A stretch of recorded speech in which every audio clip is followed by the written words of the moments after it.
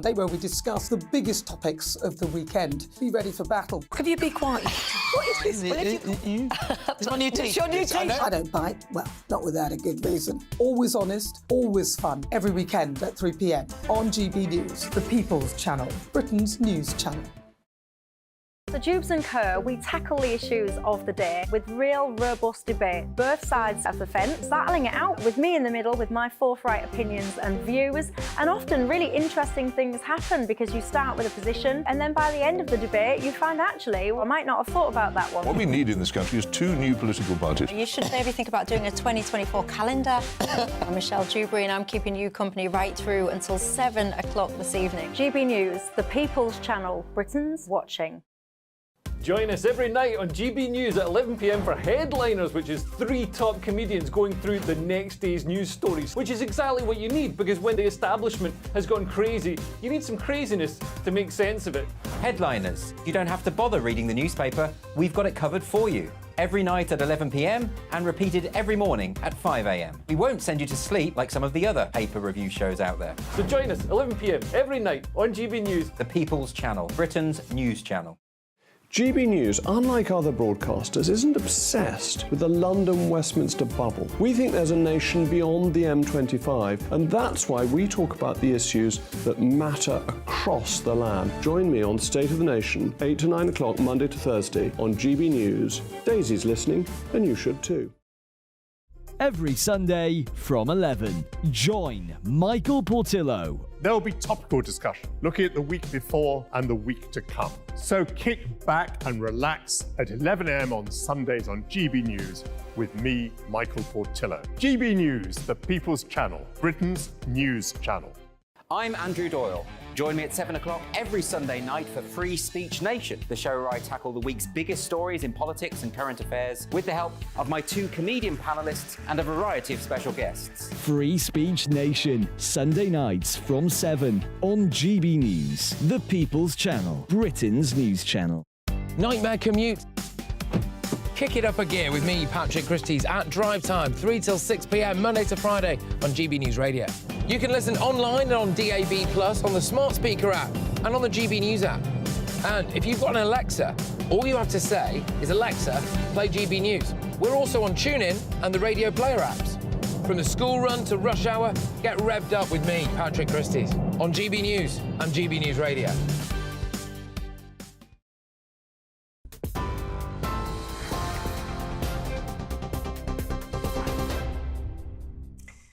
Good evening. The top story tonight. The Labour leader has criticised the first King's speech to Parliament in 70 years by saying the only fight left in the government is the fight for their own skin. Earlier, King Charles outlined the Prime Minister's legislative agenda for the year amid traditional pomp and pageantry. The speech including measures on tougher sentencing for murderers and a ban on leaseholds for new houses built in England and in Wales. Sir Keir Starmer said the Conservatives were severing Britain's future, but Rishi Sunak responded by saying the new measures will change the country for the better. Meanwhile, tonight, the Foreign Office has said more British nationals have crossed the border into Egypt from Gaza via the Rafah crossing, adding the UK teams continue to provide consular support to victims wishing to flee the violence. This comes as ministers held an emergency COBRA meeting today to discuss the impact of the Israel-Hamas conflict on the UK. Today marking a month since the October the 7th Hamas terror attack on Israel, with hundreds of people gathering outside Downing Street to hold a memorial vigil for those who've died. Well, the government is saying it'll carefully consider any application by police to prevent protest plans for Remembrance Weekend. The Metropolitan Police has been asking the organisers to urgently reconsider a march planned for London this weekend because of the police's assessment of the risk of violence. But the pro-Palestinian coalition are refusing to cancel the march. Police could request it's banned if there's a threat of serious public disorder. The Met Chief, Mark Rowley, says the police will do all it can to protect remembrance events. The remembrance events will not be disturbed. Whatever protests and events go on, we will do our utmost to protect those because they are so critical. People shouldn't be in fear that those are going to be compromised we will do everything possible to make sure they're not. The second point about protest, though, there will be a protest this weekend. Parliament's very clear about that. The law provides no mechanism to ban a gathering, a static protest, a rally, anything like that. Sir Mark Rowley there. Now, Prince Harry has delivered a special message of hope to military veterans attending an event in New York City. The Duke of Sussex's video message was played at the 17th annual Stand Up for Heroes event at the Lincoln Centre yesterday. The Prince did crack a few jokes, but he also spoke more seriously about what he described as the hugely important closeness of the military community. Prince Harry, of course, a patron of the Invictus Games, a sports tournament uniquely for injured servicemen and women. This is GB News across the UK on TV, in your car, on digital radio and on your smart speaker by saying play GB News. This is Britain's news channel.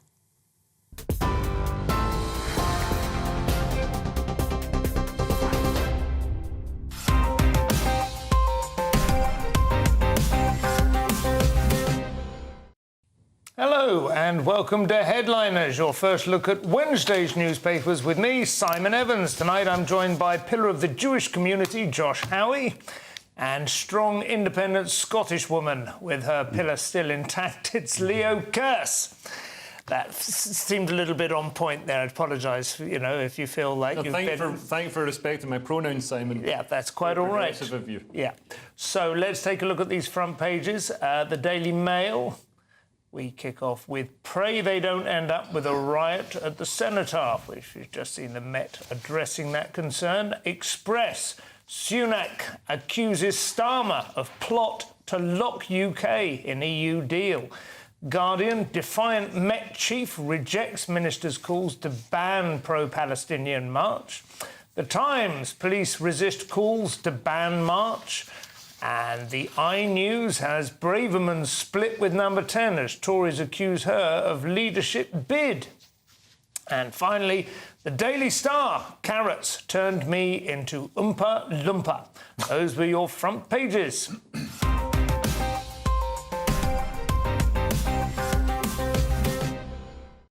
So we're going to kick off with the Daily Mail, I think, Leo. That's right. It says, pray they don't end up with a riot at the Cenotaph, because Scotland Yard has given the green light to a pro-Palestine rally on Armistice Day. So the Met Chief Mark Rowley, or Sir Mark Rowley, has said the laws created by Parliament are absolutely clear. There's no absolute power to ban protests, and therefore there will be a protest this weekend. Yeah. Although, I mean, the Met don't seem to stick to law when it comes to, arresting people for praying silently or sending some sort of retweeting a limerick. Death to the West is open to interpretation. Well, apparently the Met Police, who obviously come under the jurisdiction of Sadiq Khan, a Muslim. I'm not saying that's had any influence whatsoever, but yeah, they say jihad can be interpreted in many different ways. But none of them are particularly nice ways, though. I suppose in terms of the law here, he's no doubt correct. I'll trust him on that there is no mechanism for preventing the march. The sense one has is that he would not be inclined to prevent it even if the mechanism was available, though. Would you say that's fair? Yeah, I get that sense of it, but for me, when he's talking about laws, it's like, OK, it's other laws that we have, exactly as you say, are prevent hate speech, which we've seen all the people hanging out these posters, people chanting.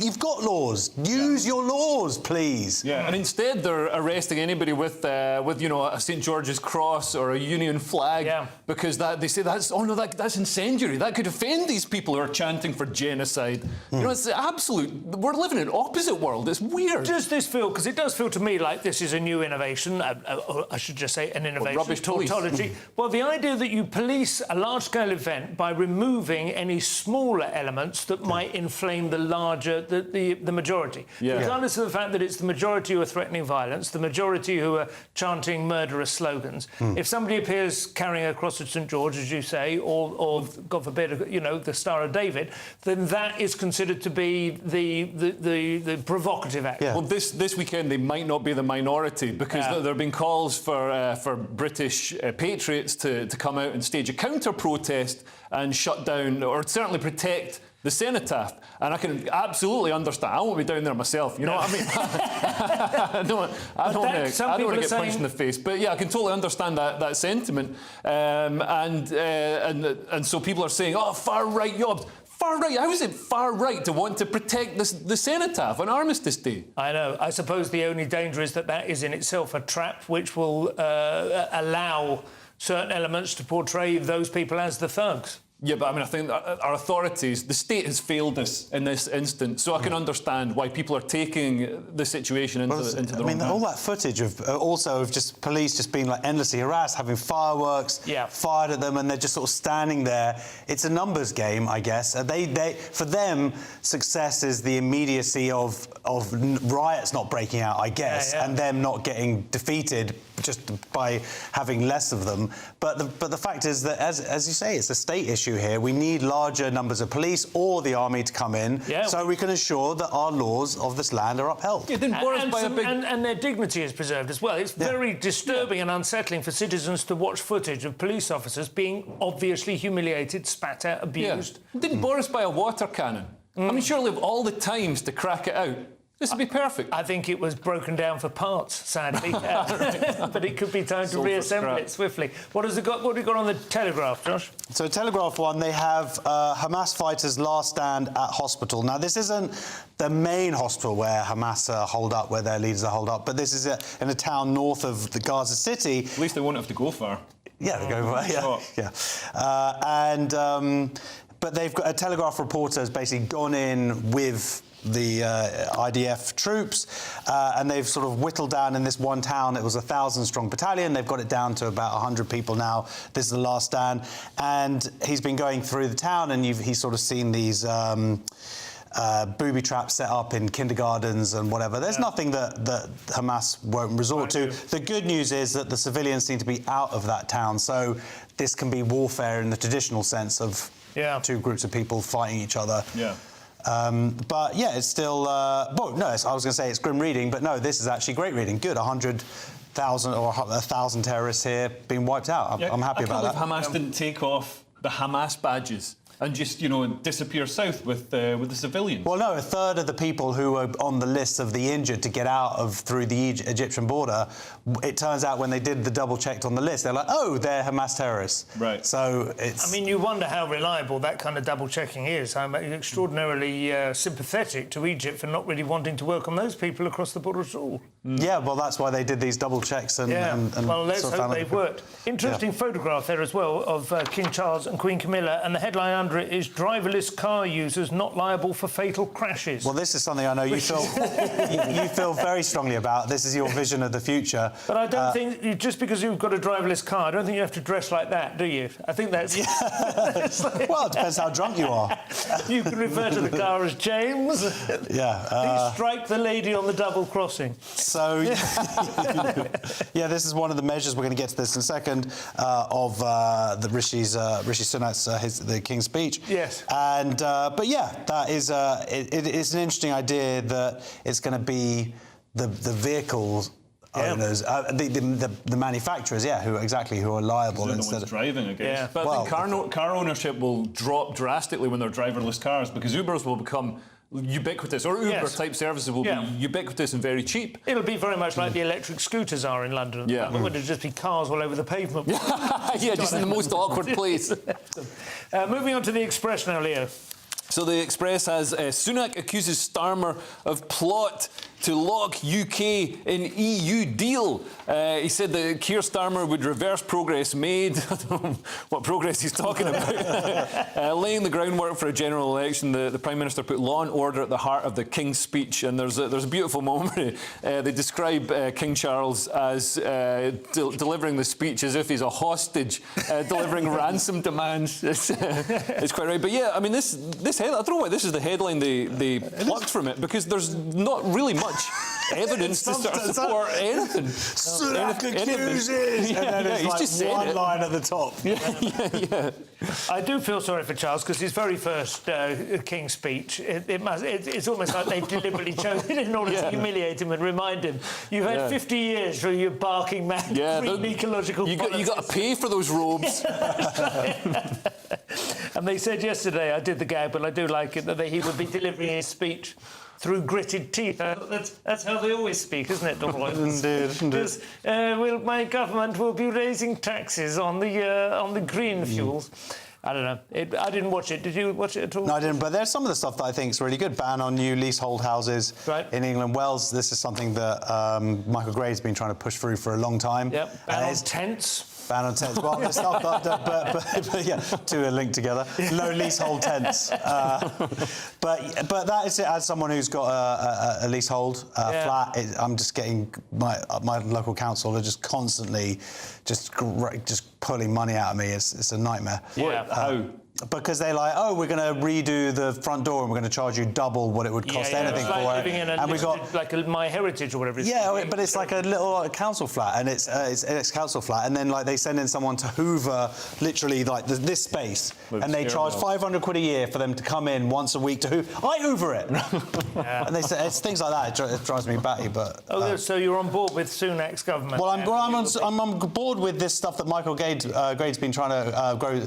He's been trying to put for a long time. Excellent. And at least now it's in a weaker form that he'd intended it. Yeah. But it's like. Then if it's left to the residents, won't you get like floors? You'll be walking down the stairs, and there'll be like a landing that's just totally covered in junk because they can't be bothered. Well, this goes back into people buying their own properties and whatnot. Yeah, totally covered in board games. Well, that's no comment. Finally, the Daily Star. Carrots turned me into an Oompa Loompa. That's pretty much what it is. Somewhat a veggies 10-a-day habit. Because supposedly, I've heard of this before. It's a genuine phenomenon. If you eat lots of carrots, you do go orange. Right. Beta carotene. Is it a bad colour, orange? I don't know. No, well, this is the whole thing. Is actually no one wants to be orange. If you've come out orange, you've done your self-tanning wrong. You blend right in. This woman blend right in Glasgow. Let me tell you that. But they haven't. This is terrible journalism because she's still the same height. She's not little. She doesn't live in a chocolate factory. She doesn't taper. Oh no, that would be a carrot. Sorry, I was just thinking. The only one I know about is flamingos are pink because they eat too many prawns, I think. Yeah. If you give them a different diet, they just go white like a regular bird. They have to put colouring in the food that they give them in the zoo. That's right. Yeah, like birthday cake icing colour. Yeah. Right, yeah. I think it's the same stuff. Maybe I'll try that. That's it for part one. Coming up, Boris gets the jab, the UK's feeling sad, Germany's getting rad. We'll see you in a couple of minutes.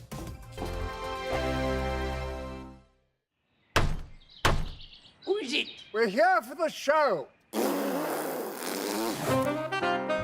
More energy this time! Welcome to the Dinosaur Hour. I was married to a therapist. And you survived? I thought we were getting Hugh Laurie. Second best.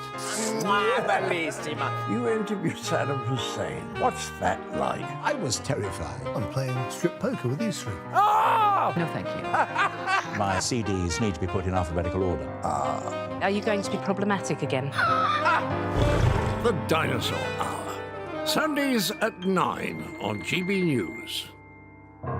What you get for breakfast is something that, if we do our jobs right, you will wake up to news that you didn't know the night before. It's a conversation. It's not just me and Eamon. We want to get to know you, and we want you to get to know us. From 6, it's Breakfast with Eamon and Isabel. Monday to Thursdays on GB News. Britain's news channel. People in Britain, they love free speech, but they also love fair play. I don't care if I'm speaking somebody from a trade union, from the Labour Party, somebody from the SNP. And I think the viewers like to see that actually we can challenge one another, but in a positive way. We think we ask the questions that people want to ask, and often we ask the questions that we wanted to ask in Parliament but never got the chance to ask. So join us every Saturday, 10 a.m. till noon on GB News, Britain's news channel. Nightmare commute. Kick it up a gear with me, Patrick Christie's, at Drive Time, 3 till 6 p.m, Monday to Friday on GB News Radio. You can listen online and on DAB+, on the smart speaker app and on the GB News app. And if you've got an Alexa, all you have to say is, Alexa, play GB News. We're also on TuneIn and the Radio Player apps. From the school run to rush hour, get revved up with me, Patrick Christys, on GB News and GB News Radio. Tired of the usual focus-tested, pre-prepared Westminster runaround? Well, so am I. So you want higher taxes? Is your department to blame for this? Are you rethinking this policy? Every Sunday at 9:30, I'll be sitting down with those in power to get the truth about the issues affecting you. Let's be honest, we've known about the cost pressures of this project for years, not months. That's the Camilla Tominey Show, a politics show with personality. On GB News, the People's Channel, Britain's news channel. Join us every night on GB News at 11 p.m. for Headliners, which is 3 top comedians going through the next day's news stories, which is exactly what you need, because when the establishment has gone crazy, you need some craziness to make sense of it. Headliners. You don't have to bother reading the newspaper. We've got it covered for you. Every night at 11 p.m. and repeated every morning at 5 a.m. We won't send you to sleep like some of the other paper review shows out there. So join us 11 p.m. every night on GB News. The People's Channel, Britain's news channel.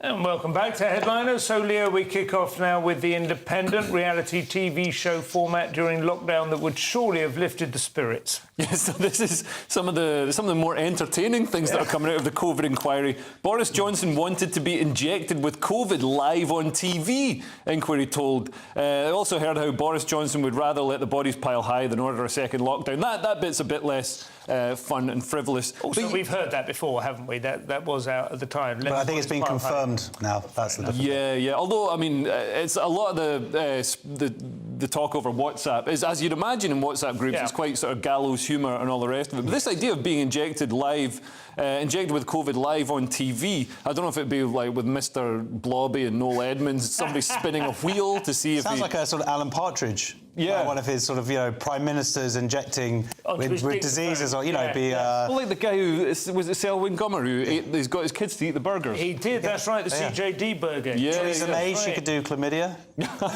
I just think it's a scope, Channel 4. But, I mean, Boris nearly died from COVID, so this would have backfired terribly. Something. What would you... Something quite medieval. Neil Kinnock. Scrofula. Scabies? Like that. Yeah. Sorry, carry on. Yeah, well, Boris nearly died. He wasn't like Trump, who came out of hospital healthier than when he went in. Came out doing press ups, being like, "All right, who wants to party?" He did. He had some incredible kind of shot, didn't he, Trump? I can't remember what it was. That it was controversial at the time, but it was obviously very powerful. He had bleach and what's UV light, some horse tranquilizer. He didn't have the ivermectin. No. Oh, did he not? He had something else that it was like a kind of massive steroid boost. I think it's high risk. But anyway. Hollywood celebrities all have the stuff that cures all the diseases we get, and they won't give it to us because then it won't work in 10 years.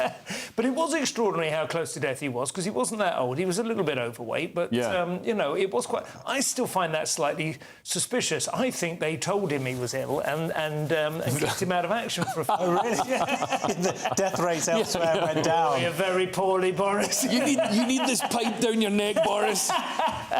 That's a good conspiracy theory, though. I haven't heard that. Anyway, apart from that, it was quite a busy day, though, wasn't it? At the witch trials. Yeah. Anything else you wanted to mention? Was it the? I can't remember what the... Oh, yeah, there is actually something really big here about... They basically weren't concerned... The government wasn't concerned at all for months about putting elderly people, discharging them from hospitals back into... And that was some of the largest death rates. And obviously, the elderly were the most affected. And this statistic here, if you went into a home care residents, were 20 times more at risk of dying than people living by themselves. Yeah, same age. And that's... Yeah, same age. So, and to think that... I mean, they must have realised quite early on that looking at very basic graphs, the elderly are dying a lot more. Yeah. Wait a minute, let's not kick them all out of hospital and put them in without testing in these homes. Somebody compared it to launching diseased bodies over a castle wall during a siege. That's how the Churchill described Lenin being sent into Russia in 1917. Right. A plague bacillus. Josh, unrelated with being denied a chance to watch Boris Johnson, being given a lethal injection. National happiness levels in the UK are down.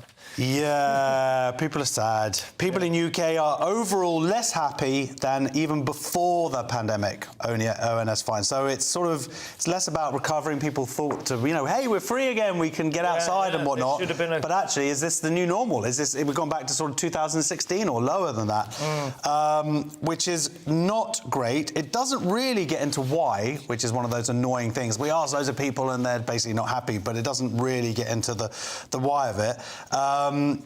Convalescence is, not that we've all been ill, of course, but convalescence is usually quite a nice feeling. I always register that if I ever am ill. Even a hangover, when it starts to wear off, you get a bounce, don't you? There hasn't been that. There hasn't been, yeah. But I think there was a little bout, and then that's the thing now. It's a sort of downward trend.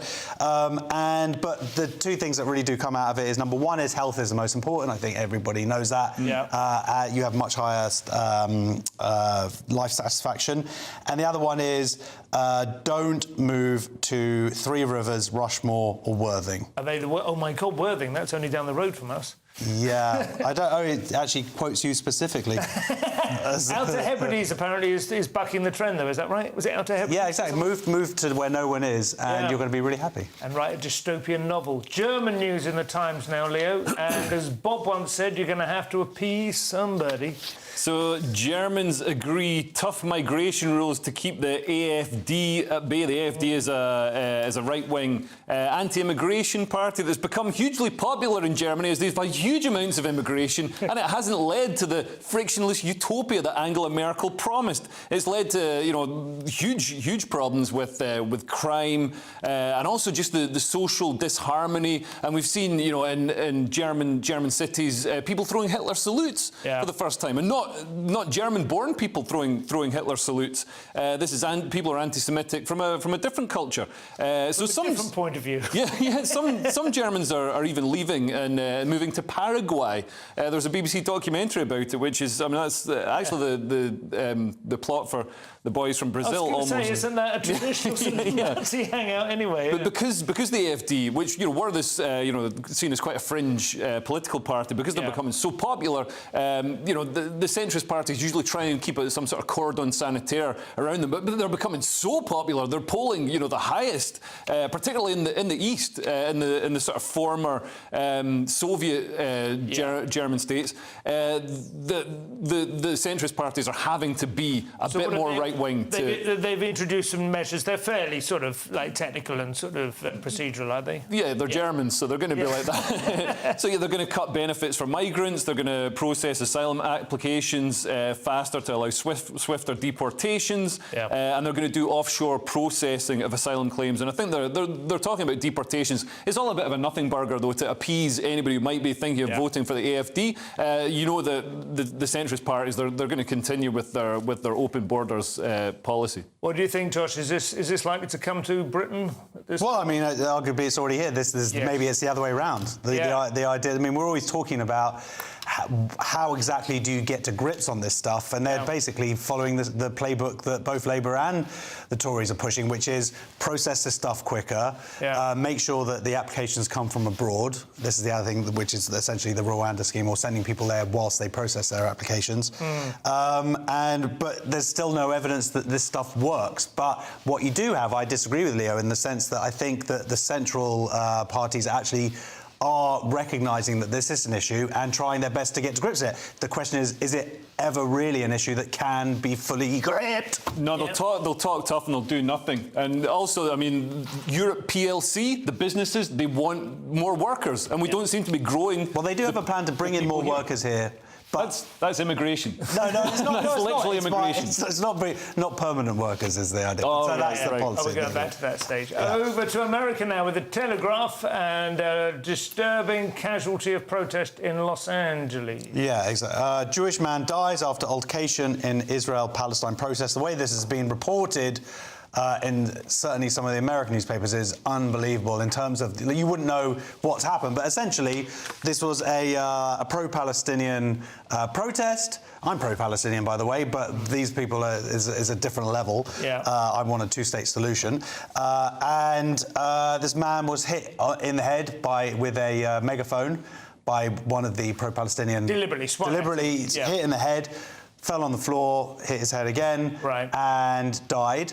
And then the pro-Palestinian protesters kept on chanting all the way through it, through the ambulance, even when he'd been taken off, kept on doing what they're doing. Today we also had in Montreal, a synagogue was firebombed. I mean, the idea that there's not some correlation, I mean, you're seeing very clearly here what these peaceful marches are. And there is, I think, there is a homicide investigation ongoing. So it's being taken seriously as something. Absolutely, there's lots of video footage of it, and it's. But yeah, it's incredible that. But Josh, you're pro-immigration. So I'm not pro. I just read a story where they were talking about it. There's a different but previously you've argued with me. You've said London's always I'm pro huge amounts controlled immigration. There's a difference between the two. Do you think? I mean, without now I'd like to control it a bit more.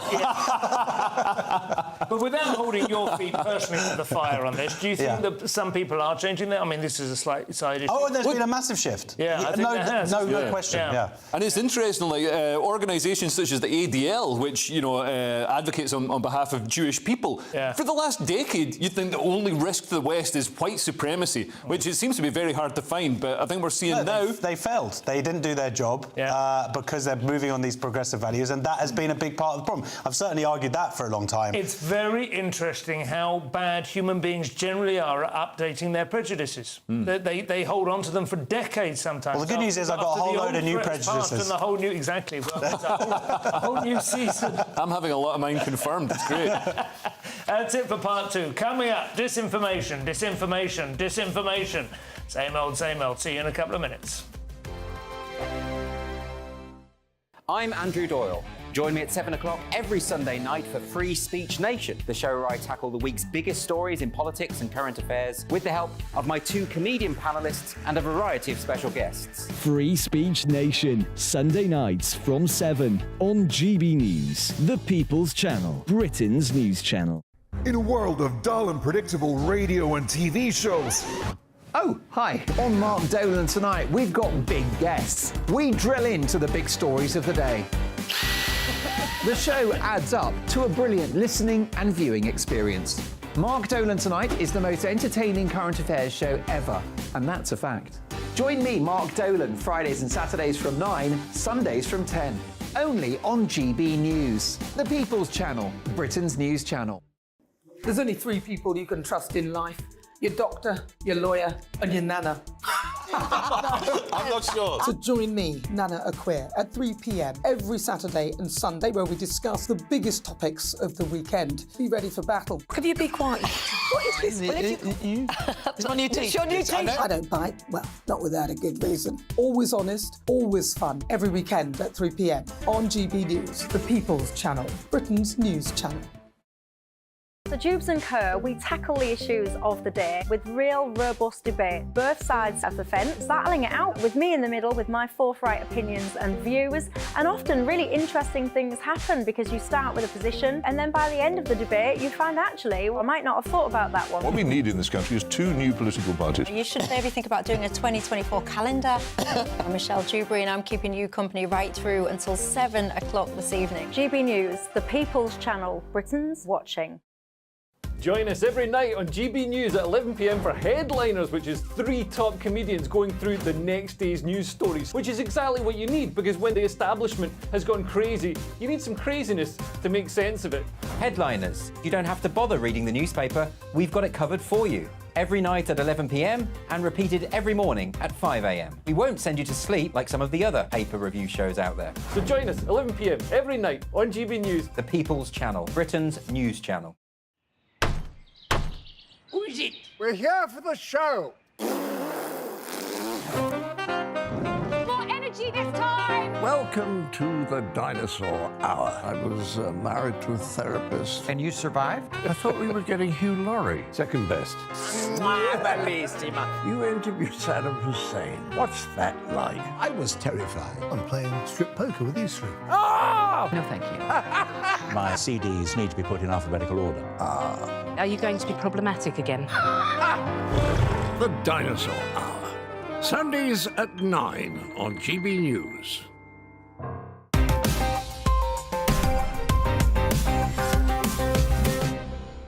Understand. Welcome back to Headliners. So our first story in this section is refugee news, Leo, and I suspect this story in the Times will read differently to many people than it might have done a few weeks ago. Yeah, so thousands of Afghan refugees have been evicted from Pakistan. It's more than thousands, it's 1.7 million. So in September, the Pakistani government ordered all undocumented foreigners in the country, this is mainly targeted at the 1.7 million Afghans, to leave due to, they're blaming them for huge crime rates and also suicide bombs that are happening in Pakistan. And they've already got thousands to leave the country. 120,000 Afghans have left Pakistan. I mean, I guess it's easier. You just go over the border. But if the UK, these will be sort of literally marched along the road, presumably. Yeah. But I mean, if the UK tried that, it would take about 600 years and would never actually happen. It would be stopped by the courts, the NGOs, the government itself. I was going to say, presumably Pakistan haven't signed up to any of the sort of international treaties that would prevent us from doing that. Not suggesting that we should do it, but I think if they have, then they're just not abiding by that, which is what a lot of countries don't do. We should maybe speak to Pakistan and find out what are the secrets that they've got for making things happen with government. I was just saying that a lot of these people are people who, who they grew up there. People who've been there for the last two generations. Born there, right? Yeah, absolutely. People have been there, their family for 30 years, more, coming over. To escape the Soviet occupation. Well, the good news is she's going to love England. So as soon as they get to Calais, they're the ones they're being sent back to. They're being sent back to a Taliban-run country, where she will not be allowed to go to school and whatnot. But the thing that, for me about the story is, apart from the tragedy of it, is the utter hypocrisy of all the usual suspects online. You're not seeing Gary Lineker or anybody talking about these nearly 2 million people being deported from their home, the ethnic cleansing of Pakistan or whatever, and people like Guz Khan, who's a comic, tweeting every day or constantly tweeting about what's going on in Gaza, yet he's himself is from a Pakistani background, his family, and you would think that might have an impact, or maybe he might know people who his profile might be able to influence. Or he might just feel some shame. Or whatever, but just utterly, again, silent. It's just, for me, it just shows massive hypocrisy that's going on here with so many of these people involved in this yeah, absolutely. They'll jump all over the British government for the slightest little thing. If they don't, make somebody a sandwich, they're crying about it. Josh, the Daily Mail have news of a huge censorship programme unearthed at Stanford University to tackle, what else? Disinformation, of course. Yeah, well, this is it. DHS officials, this is Department of Homeland Security, America, created a disinformation group at Stanford University to help censor American speech on social media ahead of 2020 election. Bombshell emails reveal. So this is a House Judiciary Committee is investigating this, and of course it's who exactly is saying something is disinformation. Like what they might say is disinformation. So they might be even going into it with a morally pure idea, we're just trying to make sure that people aren't getting the wrong information. But of course, who's deciding exactly what is the wrong information? And also, as it turns out here, it's mostly people, they're saying it's the Conservatives who are promoting this disinformation. Yeah. And you can tell if it's wrong information by finding out if it's true or not. And they were censoring true information, which isn't, regardless of if it's bad for the Democrats, it doesn't make it disinformation just because it helps. They helps must Trump. presumably have some. Is it like it's decontextualised or it's misleading? Well, bless you. They do say, jokes. We've seen memes. I mean, obviously the Babylon Bee were taken down for a meme. So we've seen, memes, jokes, and all the rest of it being taken down. But this is also true information. So, things that are legitimate, like the Hunter Biden laptop scandal. That was... They don't mention anything specifically in this article. No, it's very hard to find out exactly what sort of thing was... Yeah, exactly. It would be good if they'd had some concrete examples here of what these emails actually pertain to. I do certainly recognise some of the names that they went after: Sean Hannity, Molly Hemingway and Charlie Kirk. I mean, Sean Hannity is well known as a host on Fox. The other two I mainly know through Twitter. Those are big names, though. $1,000,000+ subscribers. And as Leo says, Babylon Bee. Once you start going after satirical websites, and something like the Babylon Bee, and there's been this constant sort of a thorn in their side. Well, but there's been a theme of right-wing people can't do humour. I'm sorry, if you're going to compare Babylon Bee and what the Onion's coming up with nowadays, Babylon Bee are absolutely smashing it. The Onion is overtaking The Simpsons for degrading a formerly great account, isn't it, at this point? I think it's so disappointing. Meta News now in The Independent, Leo. And indeed, you might need a pair of goggles to understand this. I'm a bit confused. So a former Meta engineering leader is to testify before Congress on Instagram's harms to teens. So he says he's outlined a critical gap between how the company approaches harm, how the company treats harm, so they won't have incitement to violence, for example, and how the people who use its products, especially young people, experience that harm. So the example he gives is 2 weeks ago, my daughter, 16, and an experimenting creator on Instagram. I mean, straight away, like, she's an experimenting creator on it. Man, she's just taking selfies and putting them on Instagram. Get over yourself.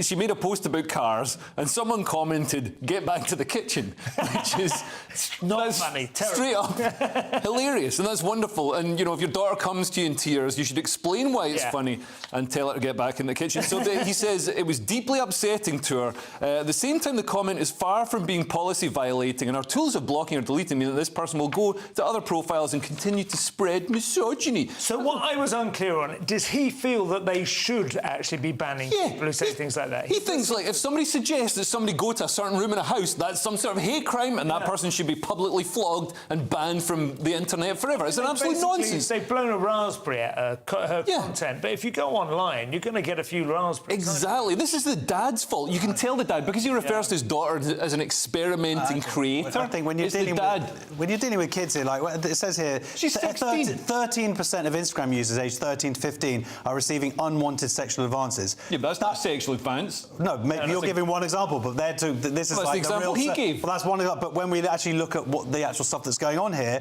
but there is sexual a advances problem. to children are illegal, Josh, and I'm sorry to be the one to tell you that. Okay, well, they are illegal, except for 13% of 13 to 15-year-olds are still getting unwanted sexual advances. But are there rules? They don't have rules about that. Well, they do have rules, but the point is they're not implementing them properly or implementing them fully. But he's saying the other thing, that's a different point. I mean, I accept your point. You shouldn't be making sexual suggestions to 13-year-olds. On the other hand, I'm not sure 13-year-olds should have Instagram accounts. I thought that was a... No, they get some sort of child Instagram, I don't know. Or you get these parents who describe their kids as experimenting creators. Saying, look, that example is that's the example he gives. I know, that's an example. You're talking about a different issue. You're talking about sexual advances to children. This is what this whole story is about. And it's not. It's about this. It's about the gulf. It's about the gulf between policy. We can't trust them with our children, and I agree with that. And they could be doing more, and they should be doing more. Could be worse. Could be on TikTok. My son have an Instagram account with him putting his own face on at 13. I remember he had one just for posting, like photographs of woods and stuff. Yeah. You shouldn't post selfies online at 13. No, I agree with you, but unfortunately, people are. Guardian now, Josh. Huge numbers worldwide are worried about disinformation and the effect it has on their idiot neighbours. 85% of people worry about online disinformation in a global survey finds. This is the UN. They're trying to tackle the phenomenon of this disinformation.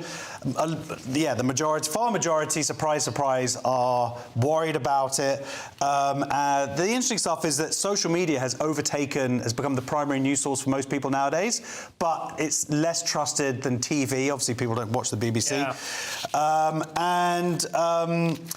Really, what they talk here about, they're trying to sort of implement these 7 rules or key principles that would affect that. They don't really actually then say what it is, but it feels like what they're saying is there should be some independent network everywhere. Yeah, that's slightly that's not.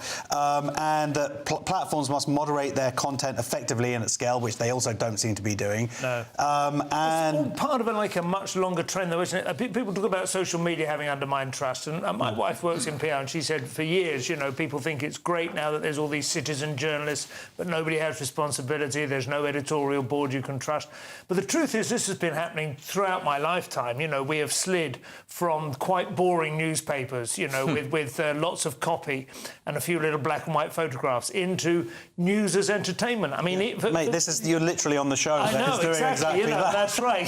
So you can't tell, can you, exactly whether we're cracking a joke or meaning it. This is not not a social media issue, is my point. This is a general sort of slide in the television age, the screen age. We've just covered a story about how, you know, disinformation, gets, you know, valid things get categorised as disinformation. I feel much safer. I think most people are smart enough to filter what they're reading and understand that if it's, you know, it's some wacky Facebook page, it's not going to be absolute gospel truth. It's still going to be better than Wikipedia, though. Well, and also, to be fair, you know, 30, 40 years ago, people were concerned that the Sun newspaper, that Murdoch had direct access to people's kind of dopamine or whatever. You know, it's not that different from that either, is it? Well, looking at what's going on, sorry to bring it back to Israel, but that's just where I'm at, spending my days. But you see the disinformation. Actually, even with the trans issue, you'd see stuff online, and then you see it reported in The Guardian, like, lying about it. So it is an incredible disjoint now between how you can prove this stuff straight away. You can see what The Guardian says about a different story. You can see what some of the papers are saying about this Jewish guy who died and the way that they're presenting it. And you actually then see this guy at the protest. So it is an incredible tool to be able to do that. But you also have to be able to validate your sources and go to multiple sources. But I don't know if a lot of people are doing that. Just go to my Twitter. I always tell the truth. The Guardian now. Huge numbers. Well, I've done that one. I do apologise. We've got a glitch. The next story is, in fact, that WeWork doesn't. So WeWork, which is the sort of, you rent little spaces instead of, you know, paying for an office all year round. You can just rent little spaces and go and work there for a couple of days a week or whatever. They filed for bankruptcy, and what caused the demise of the former $50 billion company? Well, the real reason it failed is a debt of $19 billion, which obviously, when interest rates go up, that debt, you know, previously was almost free to service. Then it becomes incredibly expensive to service. And also, there's been a shift to working from home. So even though people aren't, you know, companies are getting rid of their offices, they're not moving their staff to these little, you know, rent by the hour offices. People are just staying at home. Staying at home, or indeed going to their gentleman's club in Mayfair. What's interesting about this is you'd think that filing for bankruptcy means that they're closing down. They're not. No. They've just sort of paused it, and they're still continuing to function. Bankruptcy is quite a nice trick if you can put it off, I believe, in American business, isn't it? I don't know if it's quite the same here. American bankruptcy is very different from British bankruptcy. You see people like 50 Cent declared himself bankrupt. He was still super rich. He just didn't want to pay somebody some money. Well, I still don't quite understand how Alex Jones is walking around with $1 billion owed. But never mind. One more story before the break. We'll squeeze this in. The Telegraph, Leo, and it seems bosses at The Guardian are all stick and no carrot. So uproar at The Guardian as bosses shut the canteen. In an email to staff, Anna Bowden, the NUJ mother of chapel at The Guardian. Oh, my God. They're such a bunch of commies. They've got a mother of chapel. The NUJ, the National Union of Journalists. My dad used to go to a printing firm. He always referred to the union leader as the father of the chapel. I quite like that. It's sort of a slightly kind of genteel sort of thing. I'm surprised they're not transgender now, the tranpa of the chapel or whatever. So the union had not been consulted about the changes, despite the huge impact it's going to have. She says if it's enacted, the announcement would see the only hot food provided at The Guardian being soup, jacket potatoes and microwave meals. Oh, boo-hoo-hoo. Nobody at The Guardian go and buy a sandwich. Oh, my God, we don't have a canteen. I go to Marks and Spencer's, buy some food, I put it in my mouth, I eat it, then I come and do this. I've survived for 2 years here on Yellow Label. I've had dysentery 15 times.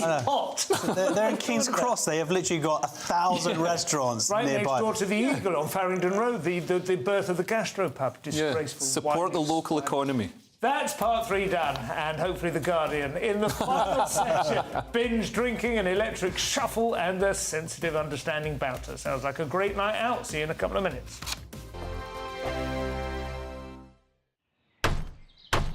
Who is it? We're here for the show. More energy this time! Welcome to the Dinosaur Hour. I was married to a therapist. And you survived? I thought we were getting Hugh Laurie. Second best. You interviewed Saddam Hussein. What's that like? I was terrified. I'm playing strip poker with these three. Oh! No, thank you. My CDs need to be put in alphabetical order. Are you going to be problematic again? The Dinosaur Hour. Sundays at 9 on GB News.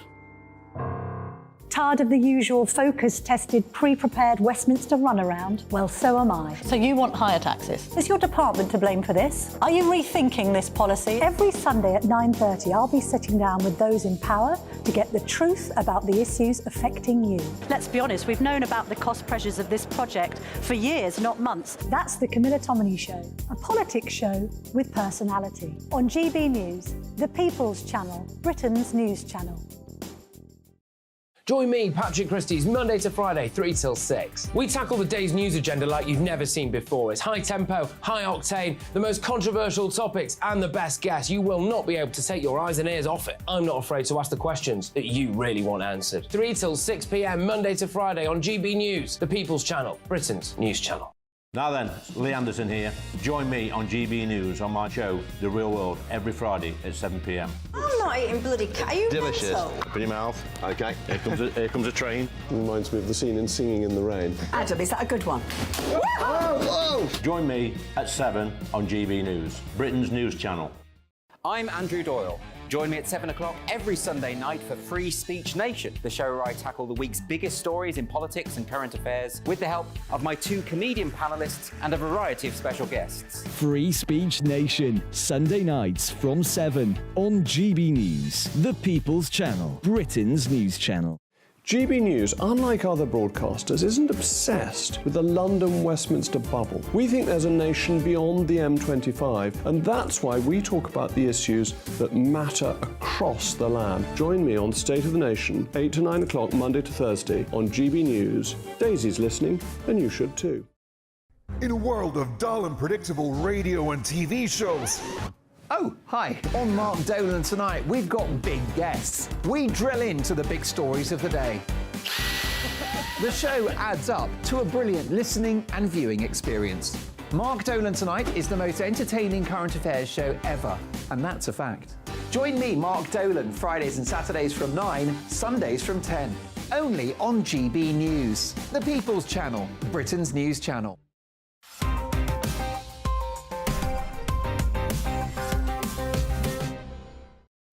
And welcome back to Headliners for our final quarter. We have some good news finally, Leo. British women have picked up another record in the Times, and not a trans woman in sight either. Well, we don't know. So British women are the world's biggest binge drinkers. I don't know if that refers to the size of the women or the amount they're drinking. Probably both, to be honest. Correlated.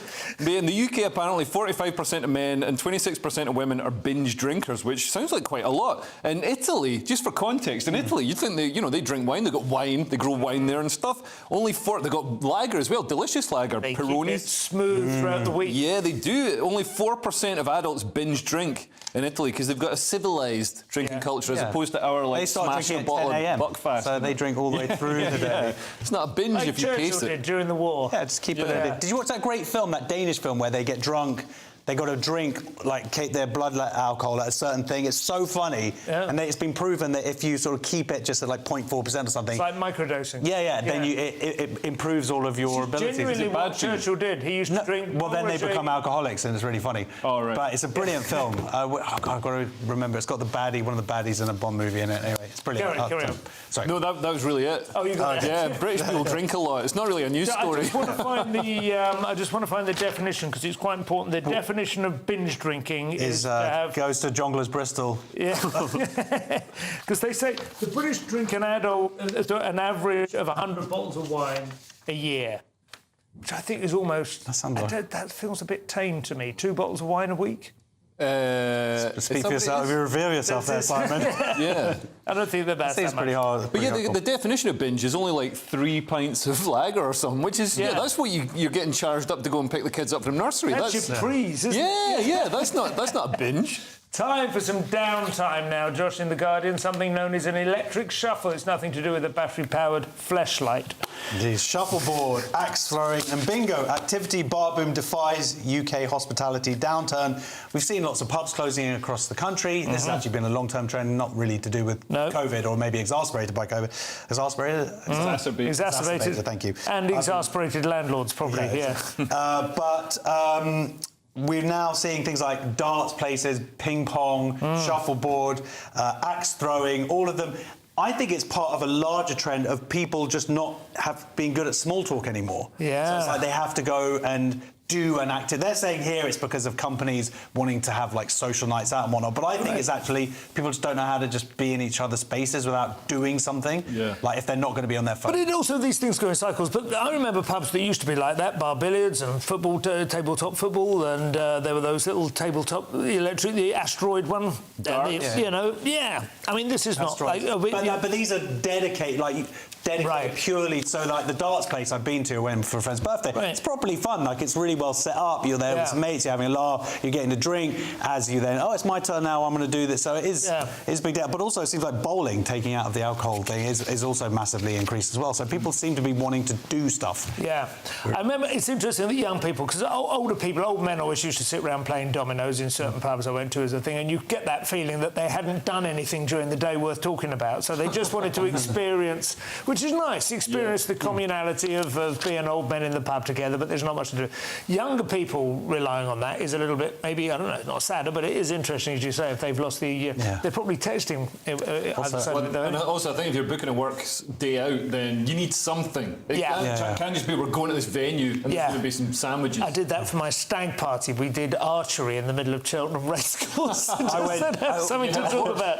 I went to Poland and I did, the shooting, the paintball. Oh, yeah. And by mistake, my best man signed us up against the Polish national team. It got totally destroyed. It was black and blue. Yeah, it was horrible. It's not funny either, the paintballing. It catches you on the wrong flank. No, it was truly horrific. I'm traumatised. Now, everyone needs to be credentialed nowadays, Leo, and the Express have news of the latest diploma on offer.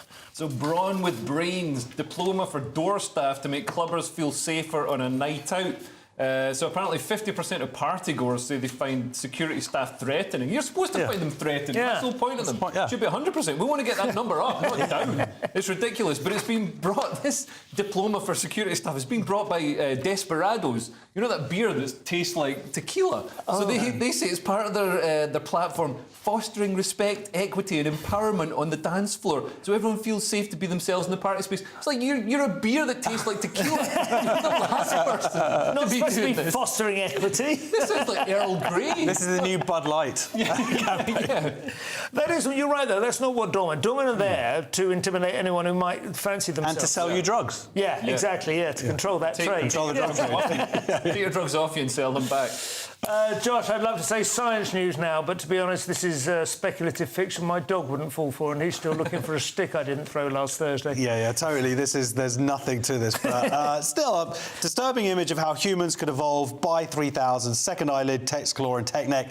Essentially, these all come down to using mobile phones and sitting at desks all day, hunched over, having a 90-degree arm, which I've got already, and but not for the and sort of claw. The thing, what they do, and they've done this before in these stories. Maybe it's obvious to everyone, doesn't he's saying, but what they do is they confuse evolutionary pressures with the ways in which your body deteriorates over the course of your own lifetime because of your lifestyle habits. The picture they've done of somebody sort of hunched over in the hat, this will happen to you if you text all day, but it won't improve your chances of mating. And so you won't... These need to be genetic mutations which you then pass on because they offer an advantage in the game of life, and they don't do that. They've also made the mistake of assuming that we're going to have smartphones for the next 1,000 years. We're obviously going to have a chip in our brains. We're probably always... I have a feeling the smartphone is almost probably peaked. I mean, it could... I think we're probably right on the cusp.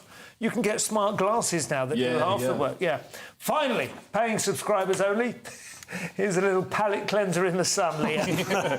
Well, it might cleanse your palate. It's from the optimum pieces of blue paper to the best technique, how wiping your backside wrong can put your health at risk. So this basically tells you how to not that we're degenerate as a nation, but it tells you how to wipe your bum. There's several pages of this. I don't know how to do it. It's still not definitive, though. That's the problem. Yeah, you've got to go side to side and then eat the paper.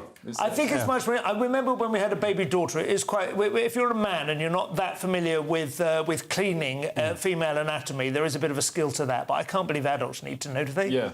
Well, there's a constant debate about sitting down, standing up. That seems to be the big one. Yeah. And here... walking. The show is nearly over. Let's take another quick look at Wednesday's front pages. Daily Mail, pray they don't end up with a riot at the Cenotaph. Amen to that. Express, have Sunak accuses Starmer of plot to lock the UK in an EU deal.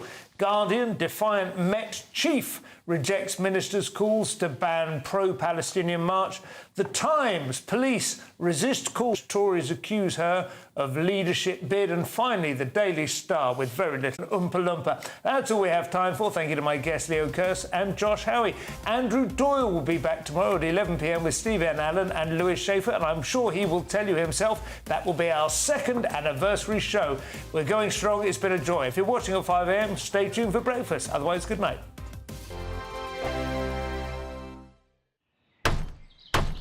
Who is it? We're here for the show. More energy this time! Welcome to the dinosaur hour. I was married to a therapist. And you survived? I thought we were getting Hugh Laurie. Second best. You interviewed Saddam Hussein. What's that like? I was terrified. I'm playing strip poker with these three. No, thank you. My CDs need to be put in alphabetical order. Are you going to be problematic again? The Dinosaur Hour. Sundays at 9 on GB News. What you get for breakfast